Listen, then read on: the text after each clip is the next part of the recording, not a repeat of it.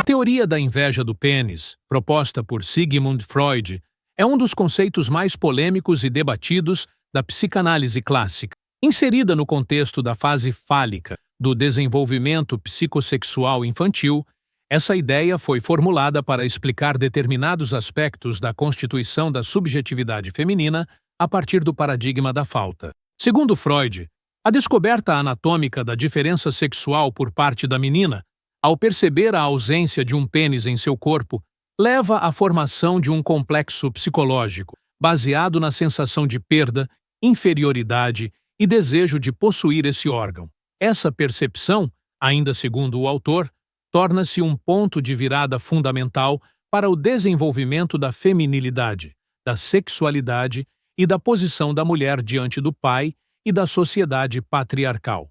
A menina, ao descobrir que não possui um pênis, não apenas interpreta isso como uma castração, mas desenvolve uma inveja daquele que o possui, atribuindo ao pai a responsabilidade pela sua suposta mutilação e deslocando seu desejo de ter o falo para o desejo de ter um filho, como substituto simbólico daquilo que lhe falta. Freud desenvolveu essa teoria dentro de um modelo mais amplo de sexualidade infantil, no qual a libido passa por diversas fases: oral, anal, fálica, latência e genital. A fase fálica, que se inicia por volta dos 3 anos e se estende até os 5 ou 6, é marcada pelo interesse da criança nos órgãos genitais, tanto os seus quanto os dos outros. É nesse período que ocorre o complexo de Édipo, em que a criança dirige seu desejo para o genitor do sexo oposto e hostilidade para com o genitor do mesmo sexo.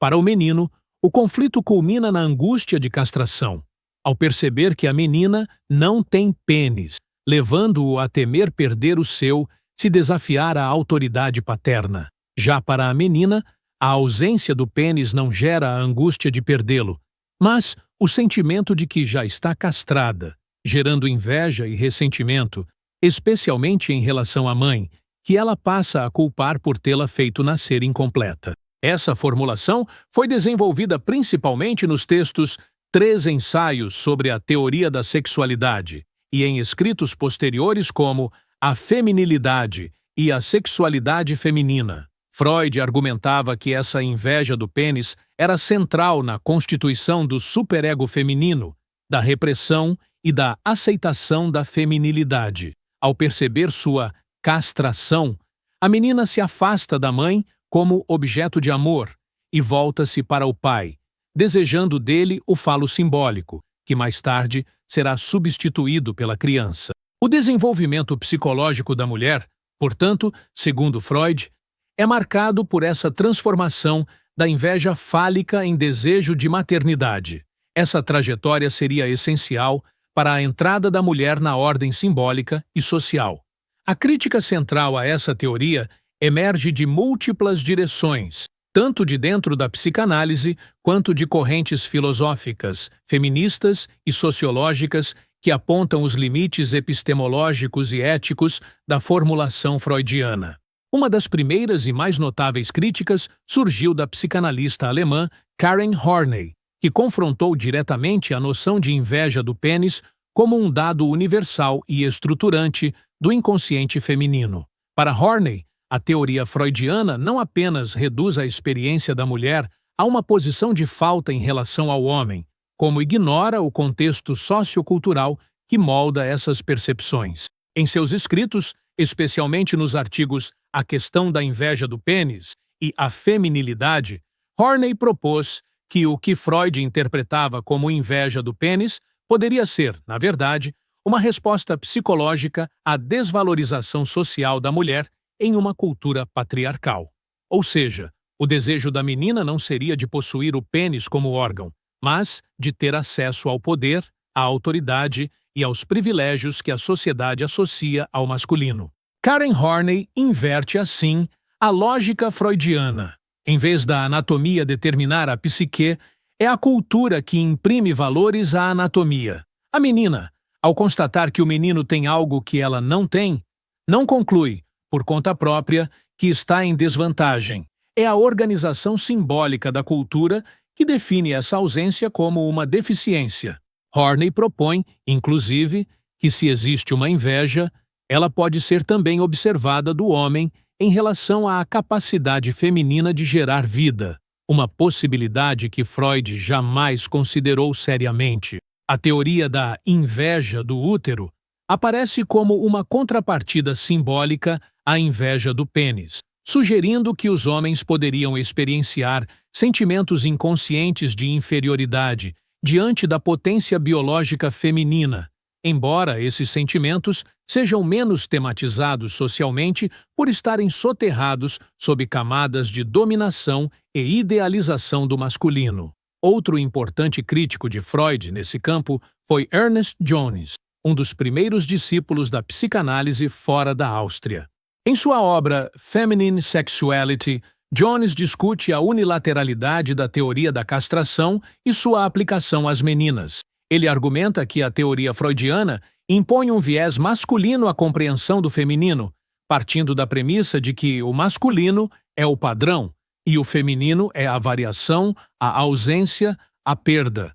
Segundo Jones, a feminilidade não deve ser concebida como uma tentativa fracassada de masculinidade, mas como uma estrutura autônoma e positiva, com um desenvolvimento próprio que não passa necessariamente pela inveja fálica. Ele propõe que a menina desenvolve sua identidade psíquica por caminhos diversos, que incluem o desejo, a rivalidade, a curiosidade e a busca de reconhecimento, sem que isso precise ser reduzido à inveja de um órgão. Essas críticas abriram caminho para um longo debate sobre o androcentrismo da teoria freudiana. A suposição de que o falo é o símbolo universal de poder e desejo, e de que a mulher é definida pela ausência dele, foi duramente questionada por correntes pós-freudianas, especialmente por psicanalistas influenciadas pelo feminismo, como Lucy Irigaray, Julia Kristeva e Nancy Chodorow. Essas autoras apontam que o conceito de falo em Freud vai além da anatomia e adquire um estatuto simbólico, ligado à linguagem, ao poder, à autoridade. No entanto, mesmo com essa dimensão simbólica, a centralidade do falo como organizador da subjetividade é vista como problemática, pois perpetua uma lógica de hierarquia entre os sexos.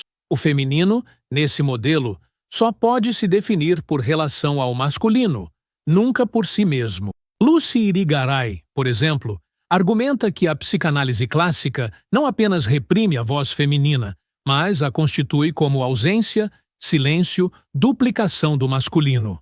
Em seu texto Este Sexo que Não é Um, Irigaray denuncia que a mulher é posicionada como espelho do desejo masculino, nunca como sujeito de desejo pleno.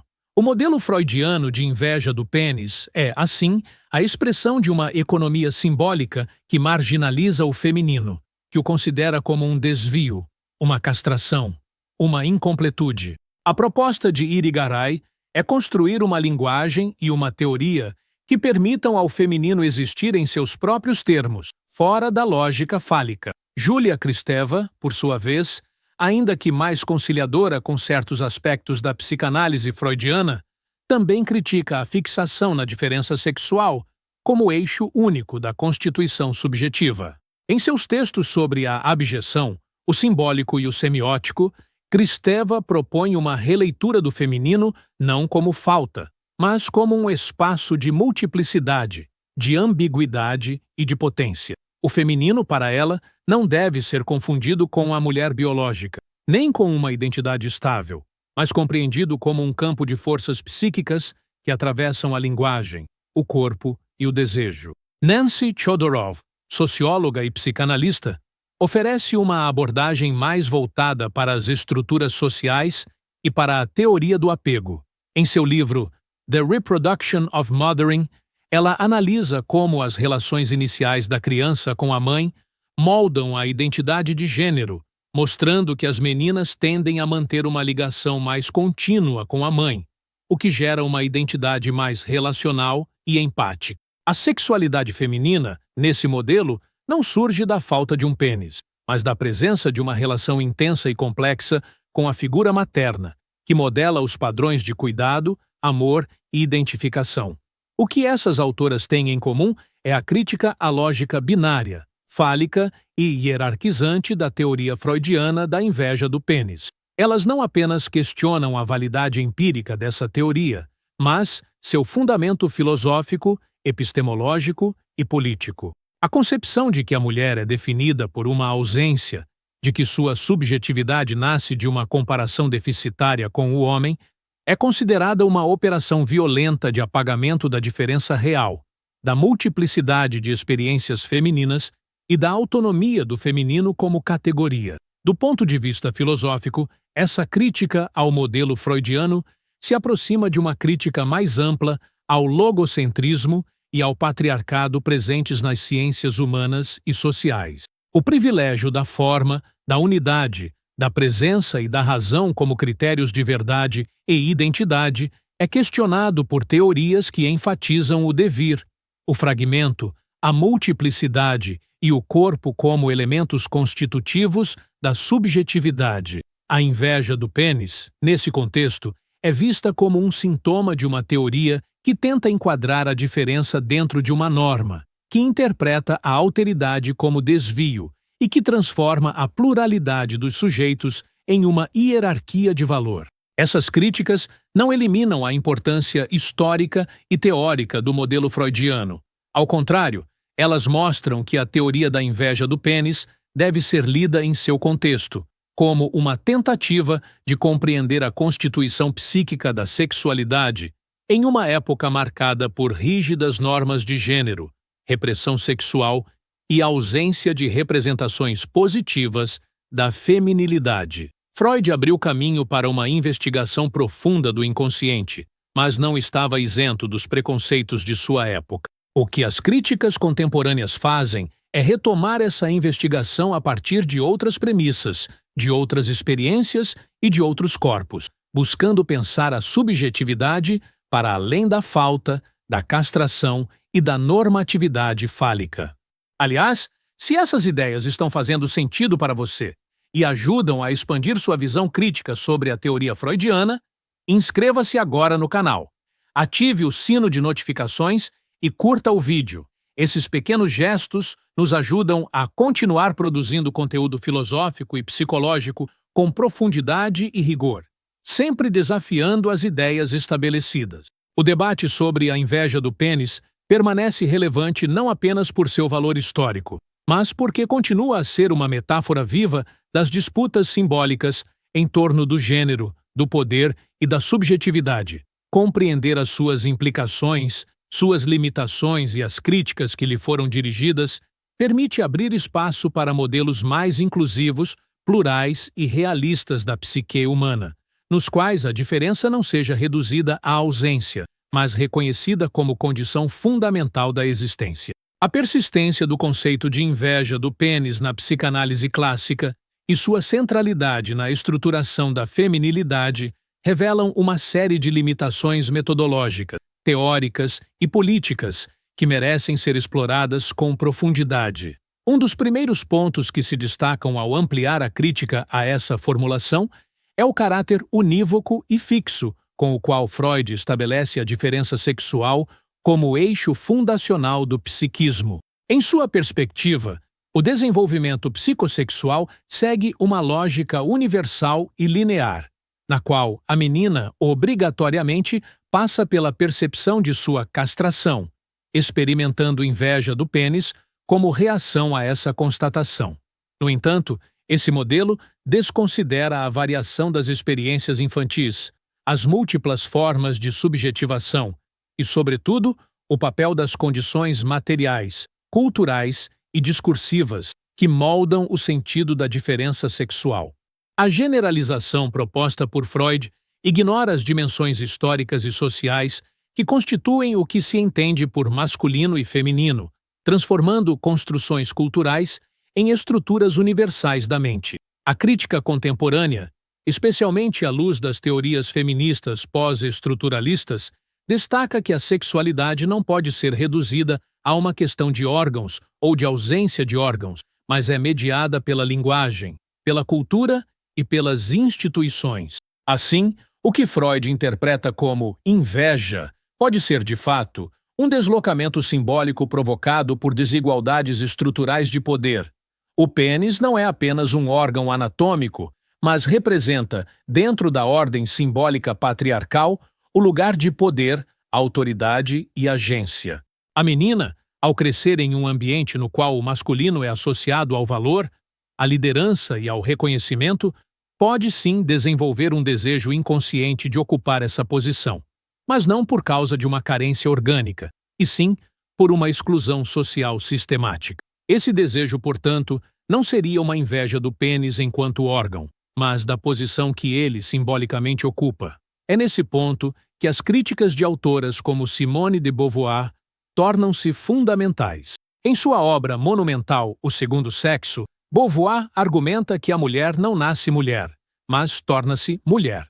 Essa afirmação desconstrói a ideia de uma essência feminina derivada de uma anatomia supostamente deficiente. Para Beauvoir, a psicanálise falha ao não reconhecer que a diferença sexual é socialmente construída e reproduzida por instituições como a família, a escola, a religião e a ciência. A inveja do pênis, nesse contexto, seria um efeito da condição de subalternidade imposta às mulheres desde a infância, não um dado psíquico universal.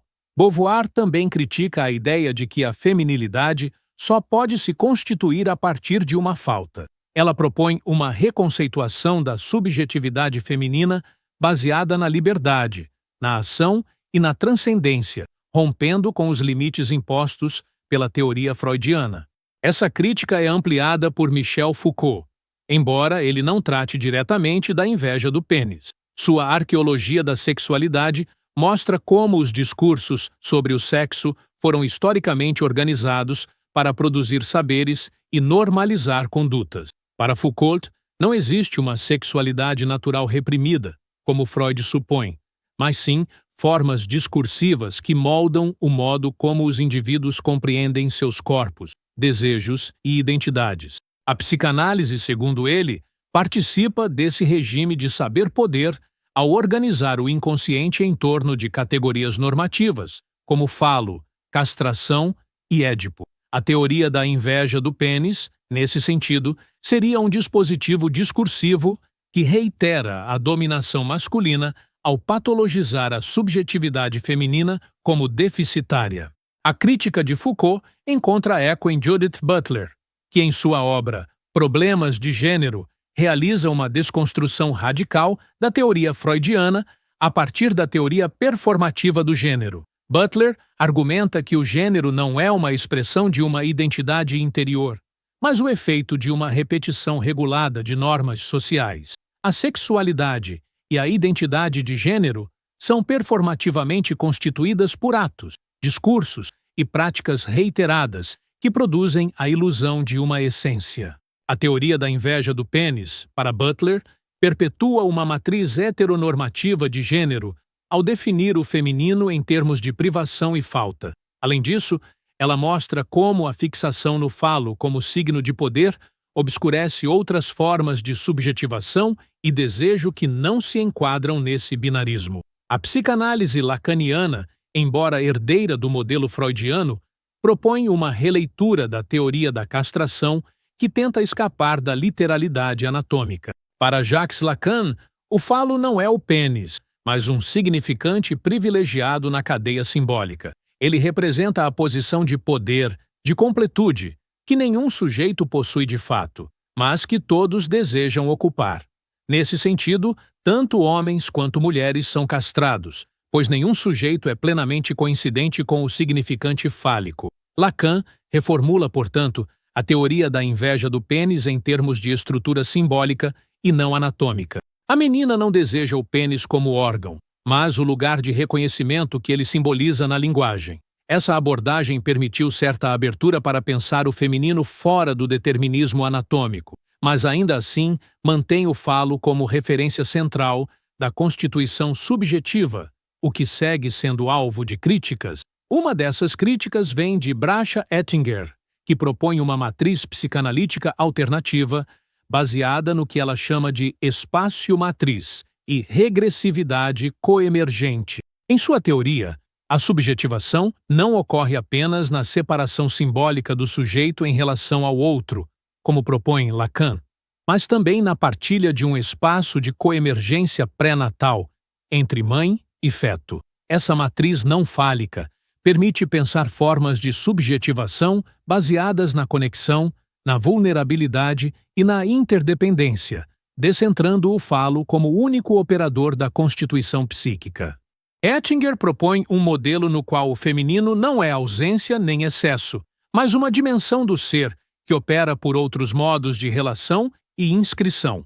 Outra autora que oferece uma crítica contundente à centralidade fálica da psicanálise é Silvia Federici, embora a partir de uma perspectiva materialista e histórica. Em seus estudos sobre a história da caça às bruxas, do corpo feminino e do trabalho reprodutivo, Federici mostra como a desvalorização do feminino está enraizada em processos econômicos e políticos específicos. A construção da mulher como ser subordinado e passivo não é apenas uma fantasia inconsciente, mas uma estratégia histórica de dominação e controle.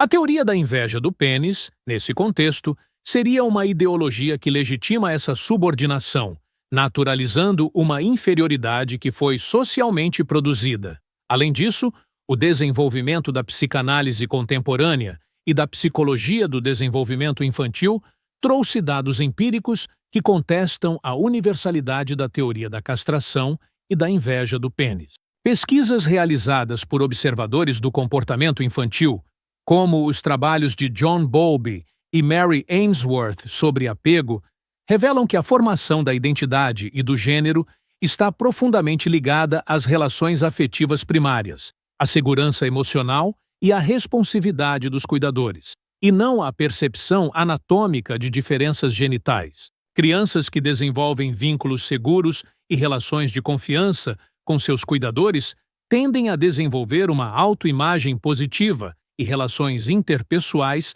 saudáveis, independentemente de suas experiências em relação ao corpo do outro. Essas evidências questionam a centralidade do pênis como objeto de desejo ou inveja. Mostram que a construção do self e das relações com os outros se dá por múltiplas vias, que envolvem cuidado, comunicação, emoção e reconhecimento mútuo. O desejo de ter o que o outro tem pode ser interpretado não como inveja fálica, mas como uma forma primitiva de desejo de partilha, de participação na experiência do outro, sem necessariamente envolver comparação ou competição. A psicanálise relacional, representada por autores como Jessica Benjamin, também critica o modelo freudiano por sua ênfase excessiva no conflito, na castração e na rivalidade. Benjamin propõe uma teoria do reconhecimento como eixo da constituição do sujeito. Segundo ela, a criança se desenvolve na medida em que é reconhecida como sujeito por um outro sujeito. O desejo, nesse modelo, não se organiza em torno da falta ou da perda, mas da busca por reciprocidade, por ser visto e validado em sua alteridade. A feminilidade, nesse contexto, não é definida por uma ausência, mas por formas específicas de se relacionar, de significar e de se posicionar no mundo. A teoria da inveja do pênis, ao reduzir a menina a uma posição de carência, impede a formulação de uma teoria do feminino baseada na presença, na criatividade e na mutualidade. Mesmo dentro da tradição freudiana, há tentativas de ressignificar a teoria da castração e da inveja do pênis sem recair no determinismo anatômico. Donald Winnicott, por exemplo, embora não tenha desenvolvido uma teoria específica sobre o tema, enfatiza o papel da mãe suficientemente boa, do ambiente facilitador e do espaço transicional na constituição do self. Para Winnicott, o desenvolvimento psíquico saudável depende da capacidade do bebê de experienciar continuidade de ser e de simbolizar a ausência sem trauma. A constituição do gênero e da identidade não está centrada na ausência de um órgão, mas na capacidade de brincar, de criar, de simbolizar a separação e de sustentar paradoxo. Essa abordagem abre espaço para pensar a feminilidade fora do modelo fálico, valorizando a criatividade simbólica e a experiência relacional. Essas críticas, reformulações e alternativas mostram que a teoria da inveja do pênis, embora tenha sido fundamental para a construção da psicanálise clássica, não pode ser tomada como um dado incontestável. Ela é, antes de tudo, uma construção teórica enraizada em um contexto cultural específico, atravessada por valores, normas e hierarquias que precisam ser constantemente interrogados. A manutenção dessa teoria como explicação universal para a feminilidade impede a psicanálise de se renovar, de incorporar as transformações sociais e de responder aos desafios éticos e epistemológicos colocados pelas teorias de gênero, pelos estudos culturais e pelas experiências contemporâneas de subjetivação. Aliás, se você chegou até aqui, é sinal de que se interessa por análises críticas e complexas sobre psicanálise, gênero e cultura. Então, não esquece. Deixa seu comentário aqui embaixo com suas impressões, suas leituras ou suas críticas. A sua participação ajuda a enriquecer o debate e a construir uma comunidade de pensamento realmente engajada. A superação da teoria da inveja do pênis não significa abandonar a psicanálise, mas reencontrá-la em sua potência crítica, criativa e transformadora. Significa recusar a naturalização da hierarquia entre os sexos e buscar formas de pensar o inconsciente que não reproduzam as estruturas de dominação, mas que abram espaço para o múltiplo, o diferente, o inclassificável. A crítica à inveja do pênis é, nesse sentido, uma crítica à própria ideia de que o sujeito deve ser moldado por uma norma, por uma falta, por um ideal impossível. É o começo de um outro pensamento do desejo, da diferença e do humano. A persistência da teoria da inveja do pênis nas formulações freudianas e em boa parte da tradição psicanalítica evidencia não apenas uma limitação teórica, mas uma ancoragem estrutural em valores e perspectivas patriarcais que moldaram profundamente os modos de pensar o inconsciente, a sexualidade e o feminino. Ao conceber o pênis como símbolo fundamental de poder, valor e completude, e ao definir o feminino em termos de falta desse símbolo, a psicanálise freudiana contribuiu para consolidar um paradigma no qual a mulher é sempre outra em relação ao homem, sempre segunda, sempre incompleta. Essa posição teórica foi severamente criticada por autoras feministas, psicanalistas, revisionistas e pensadoras contemporâneas que buscaram não apenas desconstruir o modelo freudiano, mas propor alternativas que dessem conta da multiplicidade das experiências femininas e da complexidade do desejo humano. Entre essas alternativas, destaca-se a proposta de pensar o feminino não como uma falta, mas como uma potência própria, não como o oposto do masculino, mas como uma dimensão autônoma da subjetividade. Para tanto, é necessário romper com a lógica fálica como organizadora do psiquismo e da cultura. Essa lógica, que atribui ao falo o papel de significante mestre, opera como uma estrutura que distribui posições de poder, valor e reconhecimento de forma desigual, subordinando tudo o que escapa à norma masculina. A teoria da inveja do pênis é, nesse contexto, um dispositivo simbólico que serve para fixar a mulher em uma posição de subalternidade psíquica e social, travando sua possibilidade de ser sujeito de desejo pleno, de linguagem e de ação. A filósofa e psicanalista francesa Lucy Irigaray desenvolveu uma das críticas mais profundas e sistemáticas a essa estrutura. Em suas obras, Irigaray denuncia a apropriação masculina da linguagem, da representação e do pensamento. Para ela, a mulher foi historicamente excluída do campo simbólico ou inserida nele apenas como reflexo do desejo masculino. A teoria freudiana, ao definir a sexualidade feminina em termos de inveja do pênis, reitera esse apagamento, pois inscreve o feminino em uma lógica que o exclui desde o início.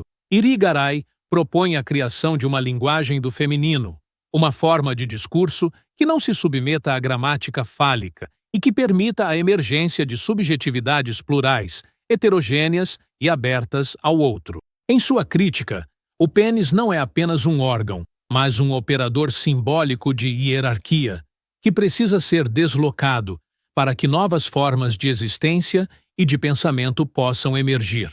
No campo da psicanálise lacaniana, algumas tentativas de superar o modelo anatômico de Freud resultaram em reformulações que, embora mais sofisticadas, mantêm o falo como ponto de referência.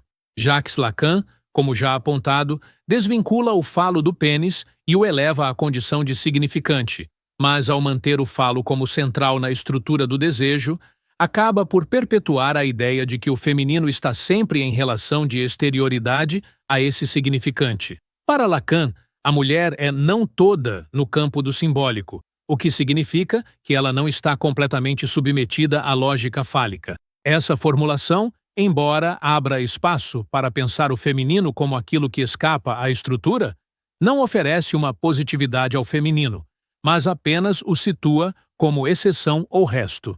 Essa limitação teórica foi explorada por diversas autoras que apontam a necessidade de ir além da lógica do da centralidade fálica e da estrutura binária que organiza a psicanálise. O feminino, para essas pensadoras, deve ser concebido não como o negativo do masculino, mas como uma diferença radical que não se reduz a nenhum polo da oposição tradicional. Essa proposta exige um trabalho conceitual e clínico que desfaça as amarras da teoria clássica e que escute as experiências singulares das mulheres, não a partir da falta, mas a partir de seus próprios modos de gozo, de linguagem, de vínculo e de desejo. Um exemplo dessa escuta pode ser encontrado nas contribuições de Françoise Dolto, psicanalista francesa que trabalhou extensivamente com crianças e com a clínica do desenvolvimento infantil. Embora formada na tradição freudiana, Dolto propôs uma série de deslocamentos conceituais que permitem repensar a sexualidade infantil em termos menos normativos. Para Dolto, o corpo é vivido simbolicamente desde o início da vida, e cada parte do corpo carrega um significado afetivo, relacional e discursivo. A relação da criança com seus próprios órgãos não é puramente anatômica, mas mediada por fantasias, palavras e gestos do outro. Nesse sentido, a descoberta da diferença sexual não se dá como um choque que impõe à menina a percepção de sua falta, mas como um processo simbólico de elaboração das diferenças, no qual a linguagem e o desejo dos adultos desempenham um papel fundamental.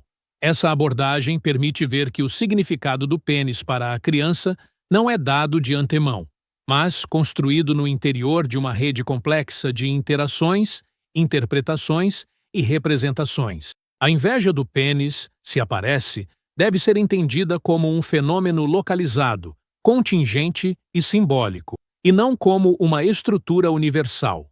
Além disso, Dolto insiste na importância de ouvir a fala da criança, de respeitar sua subjetividade e de evitar a imposição de interpretações adultocêntricas que reduzem sua experiência a categorias fixas. Essa escuta ética e atenta abre espaço para uma clínica menos hierárquica e mais sensível à pluralidade das formas de subjetivação. Outra perspectiva crítica pode ser encontrada nos estudos de gênero e na teoria queer, que rejeitam a ideia de uma identidade sexual fixa e propõem a desconstrução das categorias de masculino e feminino como essências naturais. Para teóricas como Gayle Rubin e Eve Kosofsky-Sedgwick, a sexualidade é um campo de práticas, significados e relações que não pode ser reduzido à lógica do falo. A teoria freudiana, ao centrar a subjetividade na diferença anatômica dos sexos, ignora a multiplicidade dos desejos, dos corpos e das identificações possíveis. A inveja do pênis, nesse contexto, é mais um mecanismo de regulação do gênero do que uma descrição fiel da experiência psíquica. A teoria queer propõe abandonar a centralidade do pênis e do falo como organizadores da vida psíquica e abrir-se a novas formas de pensar, o desejo, o prazer e a identidade. Essas críticas ganham ainda mais força quando confrontadas com experiências clínicas que desafiam o modelo clássico. Pessoas transgênero, por exemplo, frequentemente não se encaixam nas categorias binárias de identificação fálica ou de castração. Seu desejo de transitar entre gêneros, de modificar seus corpos ou de reivindicar uma identidade diferente daquela atribuída ao nascimento não pode ser reduzido a uma inveja do pênis ou a uma negação da castração. A teoria freudiana não dispõe de ferramentas adequadas para pensar essas experiências e, quando tenta fazê-lo, geralmente recorre a explicações patologizantes ou redutoras. Essa limitação revela a necessidade urgente de uma psicanálise que leve a sério a diversidade de gênero e que reconheça a legitimidade das múltiplas formas de subjetividade.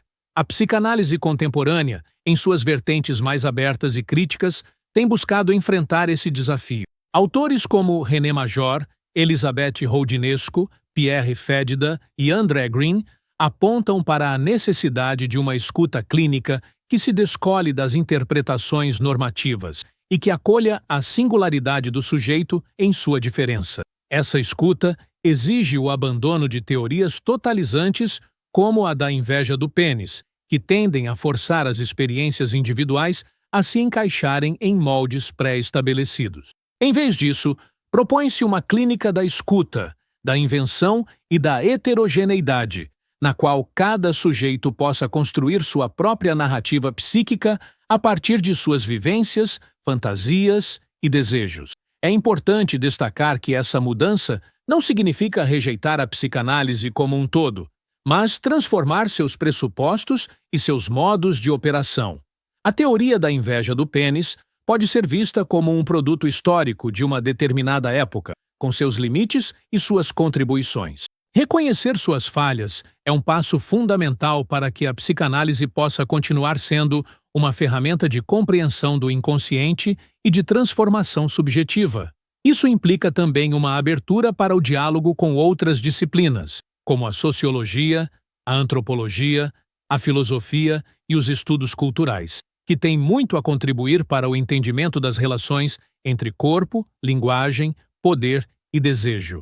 Nesse processo de transformação, é essencial recuperar a potência crítica da psicanálise. O que fez da psicanálise uma revolução teórica no início do século XX foi sua capacidade de desnaturalizar o sujeito, de revelar o inconsciente como campo de conflito, de ambivalência e de criação. Essa potência crítica não pode ser abandonada, mas deve ser redirecionada contra os próprios dogmas internos que impedem sua renovação. A teoria da inveja do pênis, ao estabelecer uma narrativa fixa sobre o feminino, bloqueia essa potência e precisa ser superada para que a psicanálise possa continuar sendo uma ferramenta de escuta do indizível, do estranho e do novo. E se você aprecia esse tipo de análise profunda, não esqueça de compartilhar este vídeo com alguém que também se interessa por psicanálise e teoria crítica. Espalhar esse conteúdo é uma forma de fortalecer o pensamento autônomo e a reflexão sobre temas que ainda moldam silenciosamente a forma como nos compreendemos. Essa superação, contudo, não pode ser apenas teórica.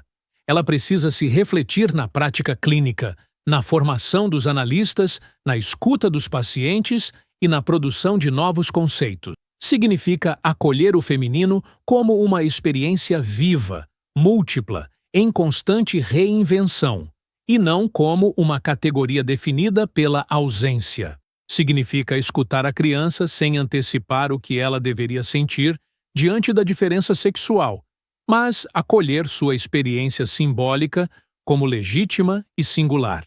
Significa reconhecer que o inconsciente não é apenas o lugar da repressão e da castração, mas também da invenção, da pluralidade e da resistência. Superar a teoria da inveja do pênis é, portanto, mais do que uma questão técnica ou epistemológica. É um gesto ético e político que visa desestabilizar as estruturas simbólicas que perpetuam a desigualdade entre os sexos. É um convite à construção de novas formas de subjetividade, mais abertas, mais justas e mais verdadeiras, em relação à complexidade da experiência humana.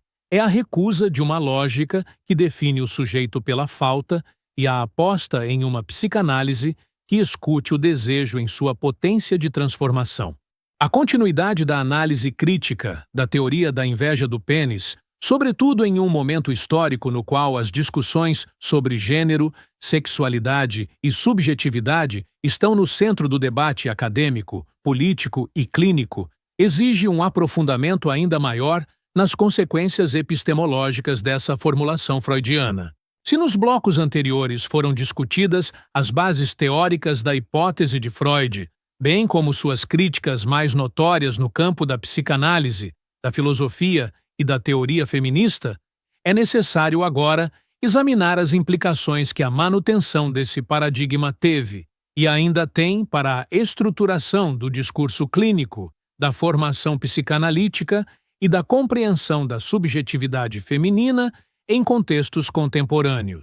A centralidade do falo como organizador simbólico da subjetividade, mesmo quando deslocado de seu referente anatômico para uma função significante, como em Lacan, mantém uma estrutura binária que posiciona o masculino como eixo de identidade e o feminino como desvio ou ausência. Essa estrutura, por mais que tenha sido reformulada ao longo do século XX, continua operando como base para muitos discursos clínicos ainda hoje.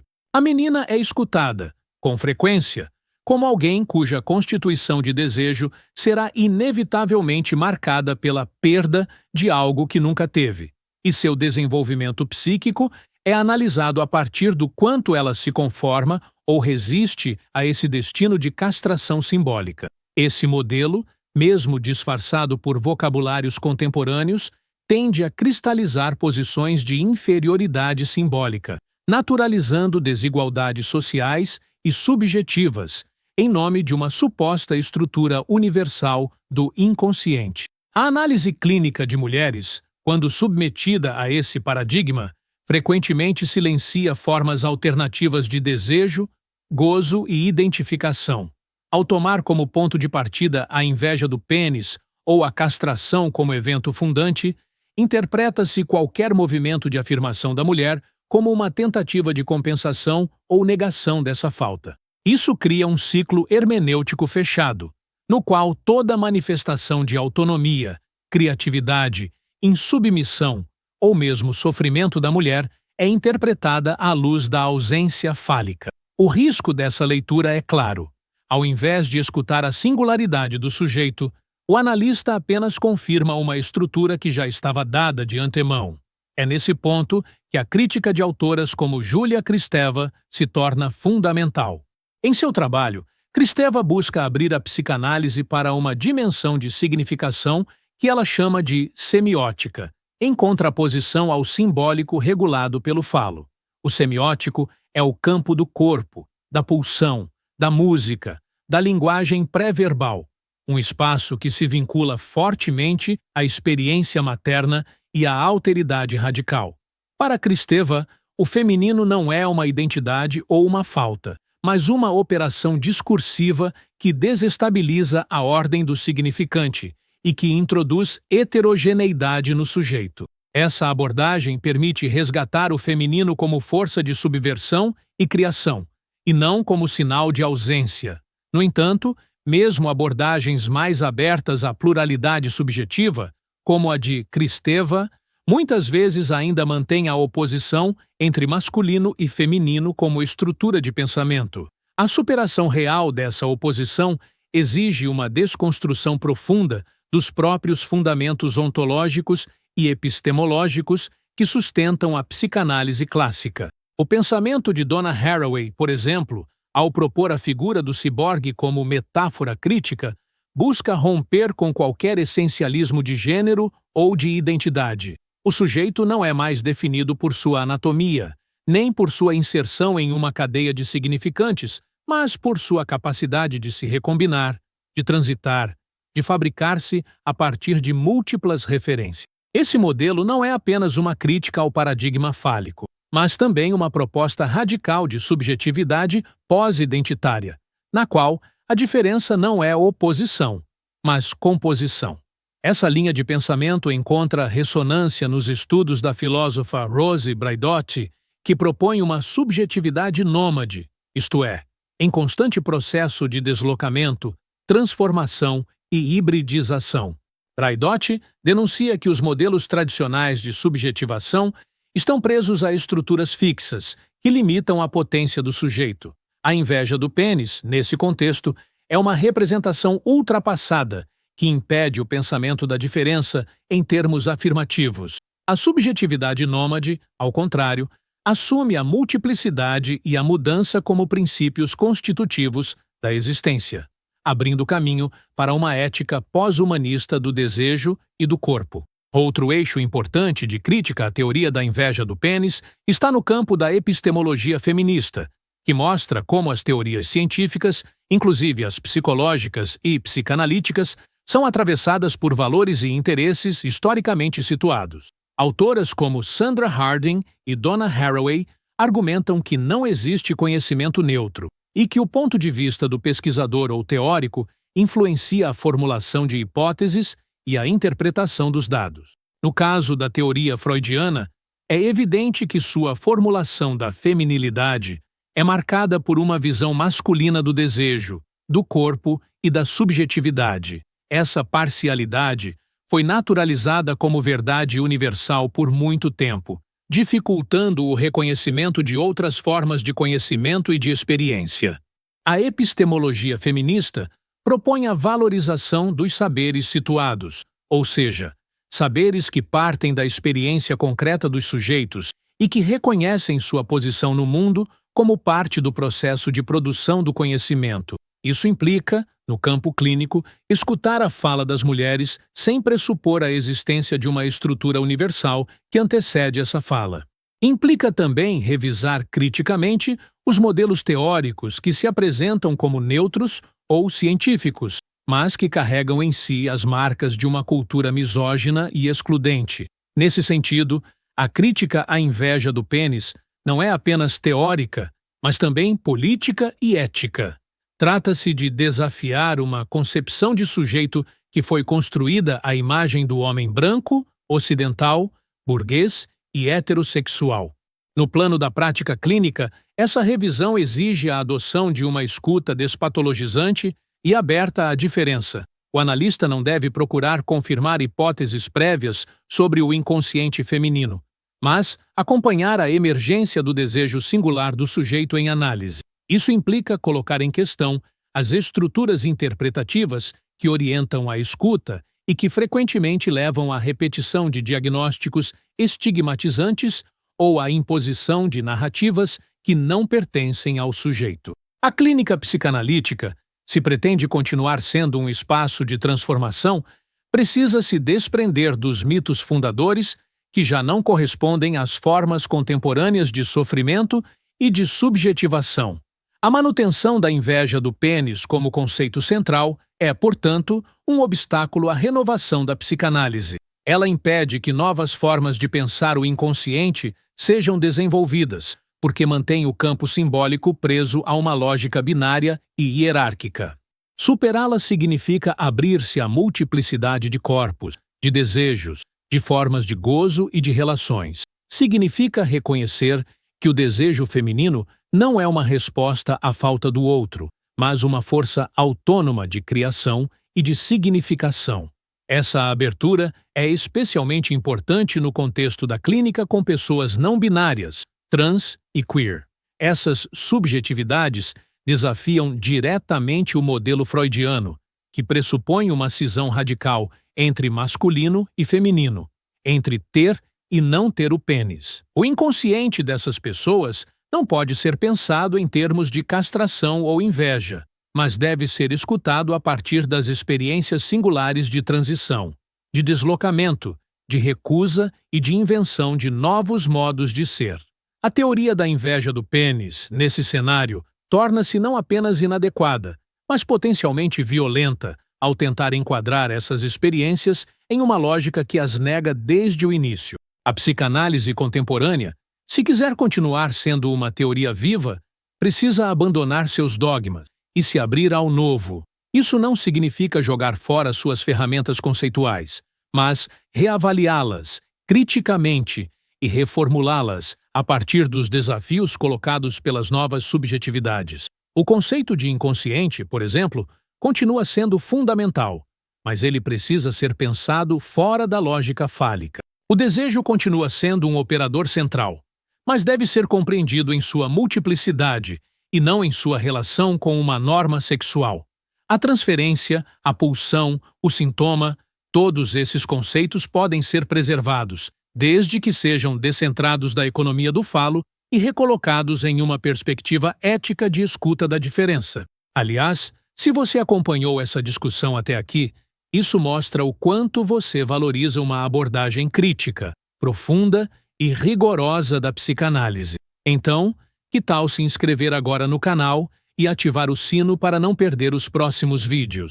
Aqui, o pensamento é levado a sério, e sua presença faz toda a diferença. A crítica à teoria da inveja do pênis também deve se articular com uma crítica ao modo como a teoria psicanalítica é ensinada e institucionalizada. Em muitos centros de formação psicanalítica, essa teoria ainda é apresentada como parte incontornável do legado freudiano, e questioná-la é visto como heresia teórica. Essa postura defensiva impede o diálogo com outras disciplinas, com outras práticas clínicas e com outras epistemologias. A formação psicanalítica precisa incorporar a crítica feminista, os estudos de gênero, a filosofia contemporânea e os saberes das margens.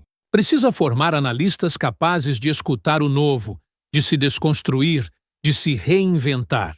Isso passa também pela revisão da linguagem. O vocabulário psicanalítico, quando usado de forma dogmática, torna-se uma barreira entre o analista e o paciente, entre o pensamento e a experiência. É necessário repensar os termos, as metáforas, os conceitos, de modo que possam nomear as novas realidades subjetivas sem reduzi-las. A linguagem da falta, da castração, da inveja, pode ser útil em certos contextos, mas precisa ser complementada por outras formas de dizer o desejo, o prazer, o sofrimento e o vínculo. Essa tarefa não é apenas teórica, mas poética. É preciso inventar uma nova língua para o inconsciente. Por fim, é essencial reconhecer que a crítica à teoria da inveja do pênis não é um ataque à psicanálise, mas uma tentativa de resgatá-la de seus próprios limites. É um esforço para que a psicanálise possa continuar sendo uma prática de escuta radical, de acolhimento do inconsciente e de transformação do sujeito. É um convite a repensar o que significa ser mulher, ser homem, ser sujeito, ser corpo, ser desejo, fora das molduras rígidas que ainda nos aprisionam. É a aposta em uma psicanálise por vir, uma psicanálise que não teme a diferença, que não impõe modelos, que não silencia o novo, mas que se abre ao imprevisível, ao múltiplo, ao singular. A reformulação crítica da teoria da inveja do pênis, diante da multiplicidade contemporânea das experiências de gênero, corpo e subjetividade, leva inevitavelmente à necessidade de um reposicionamento estrutural da psicanálise diante do sujeito. Esse reposicionamento não pode se limitar a ajustes terminológicos ou a interpretações mais abertas da teoria clássica. Ele requer uma transformação de base na forma como se concebe o funcionamento do inconsciente, a estruturação do desejo e o processo de subjetivação. A teoria da inveja do pênis, em seu núcleo, representa a fixação de uma posição do sujeito em função da ausência, e, mais do que isso, a consolidação de uma ordem simbólica que naturaliza a supremacia do falo como referência universal de completude. Ao definir o feminino como aquilo que sofre pela ausência do pênis, Freud institui um modelo que impossibilita a afirmação do feminino em seus próprios termos. Essa impossibilidade, por sua vez, não é apenas teórica, mas opera como tecnologia de subjetivação, moldando expectativas sociais, configurações clínicas e políticas de identidade. A prática clínica baseada nessa estrutura dificulta o acolhimento da diferença. Isso é particularmente evidente nos atendimentos de pacientes cuja constituição subjetiva escapa aos moldes binários tradicionais, como pessoas trans, intersexo, não binárias, ou que apresentam formas de identificação que não se reduzem ao dualismo masculino-feminino. Em contextos clínicos sustentados por teorias que colocam o falo como eixo estruturante do inconsciente, essas subjetividades são forçadas a se justificar, a se adequar, ou a serem interpretadas como manifestações neuróticas, perversas ou patológicas de uma negação da castração. Isso reforça um modelo de clínica repressiva, na qual o analista parte de uma norma universal e não de uma escuta radical da singularidade do sujeito. Ao invés de operar a partir da experiência vivida, o analista parte de uma teoria que já define o que é ou não é possível desejar, gozar ou ser. É por isso que muitos autores contemporâneos propõem uma despsicanalização das categorias clínicas normativas. Esse processo implica o abandono de diagnósticos estruturados a partir da noção de falta fálica e a adoção de uma clínica do acontecimento, na qual o que importa é o modo como o sujeito constrói sua experiência, seus modos de gozar e suas formas de inscrição simbólica. Essa proposta encontra respaldo na virada ético-política da psicanálise contemporânea, que busca articular a escuta do inconsciente com a construção de um espaço clínico que não reproduza as opressões estruturais do patriarcado, do cisheteronormativismo e do racismo. A crítica à teoria da inveja do pênis, nesse contexto, torna-se parte de uma crítica mais ampla às epistemologias coloniais e hegemônicas que moldaram a teoria e a prática da psicanálise ao longo do século XX. Autoras como Grada Quilomba, por exemplo, denunciam como a psicanálise, ao universalizar conceitos desenvolvidos em contextos europeus,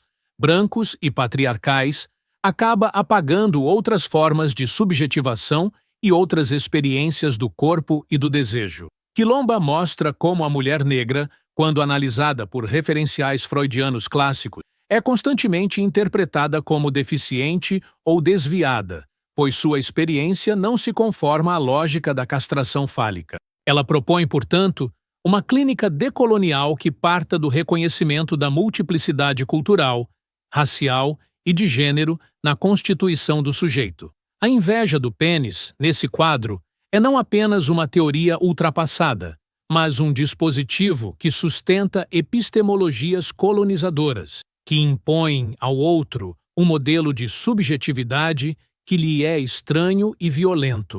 Nesse sentido, a crítica contemporânea à teoria da inveja do pênis deve ser compreendida como uma crítica à própria ideia de que há uma estrutura universal da sexualidade.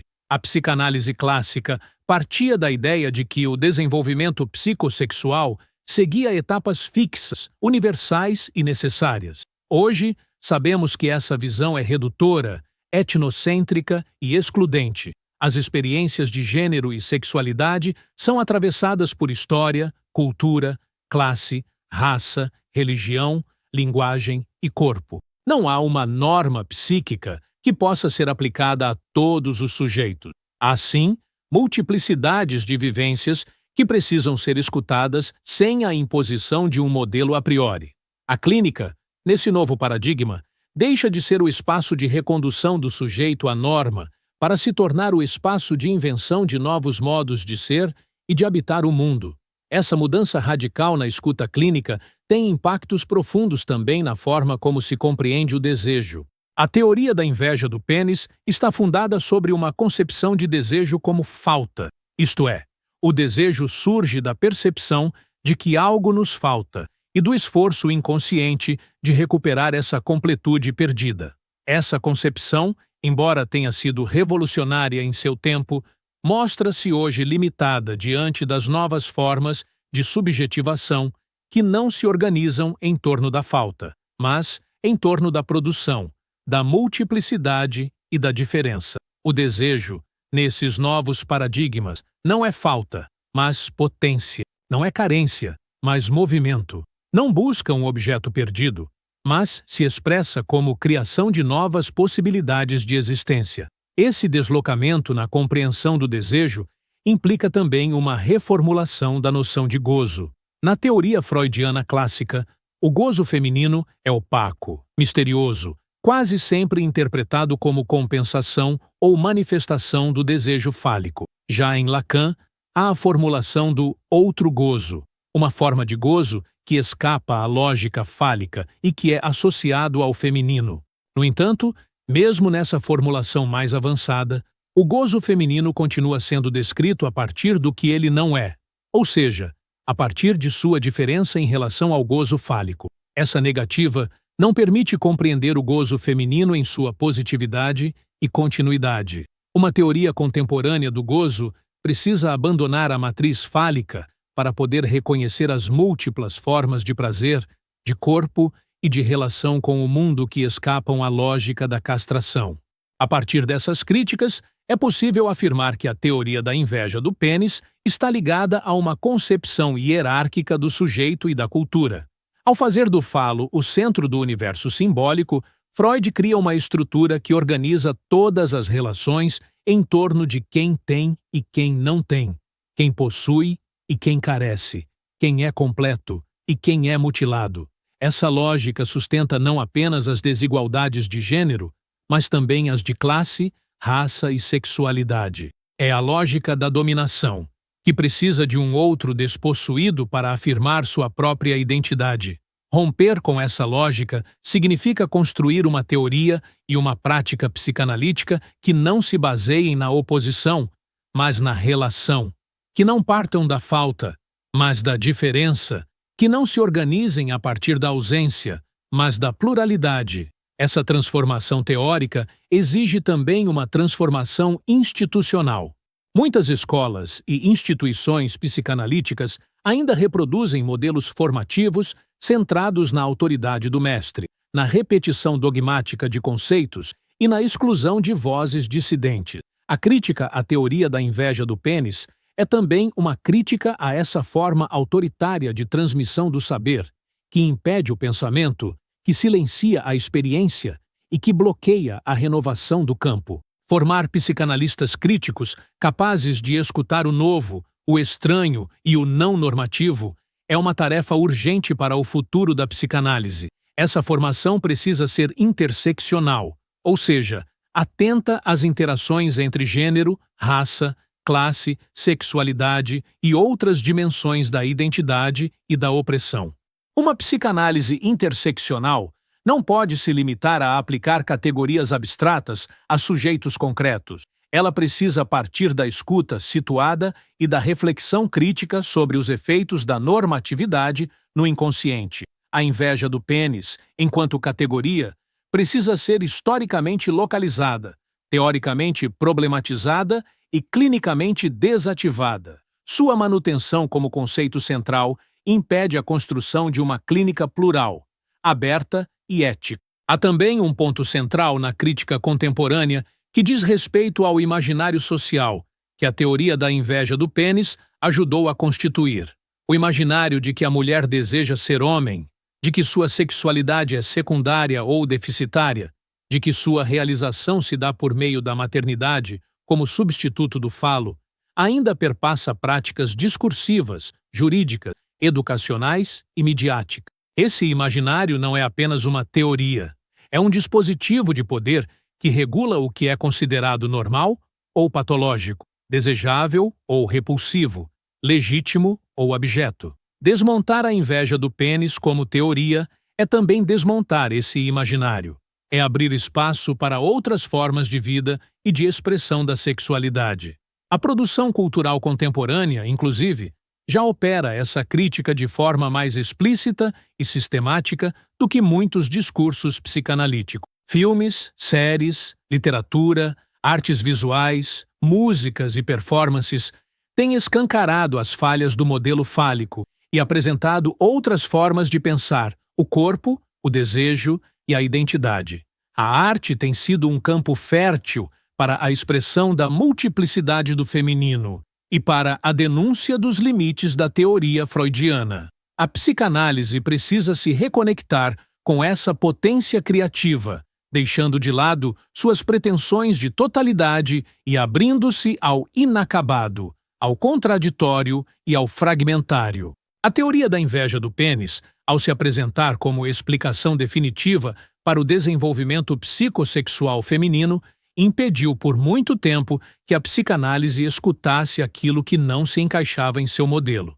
Impediu que escutasse o feminino como presença e não como ausência. Impediu que escutasse o desejo como multiplicidade e não como falta. Impediu que escutasse o corpo como potência, e não como carência. Impediu, enfim, que escutasse o sujeito em sua singularidade, e não como variação de um ideal universal. A crítica à inveja do pênis é, portanto, uma afirmação radical da escuta como abertura, como ética, como política. O futuro da psicanálise depende da sua capacidade de deixar para trás as teorias que já não respondem ao mundo, que já não escutam o sujeito, que já não acolhem o desejo.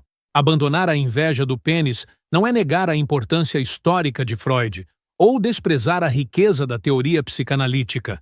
É justamente reconhecer que uma teoria viva é aquela que sabe se transformar, que sabe escutar o novo, que sabe abandonar o que já não serve.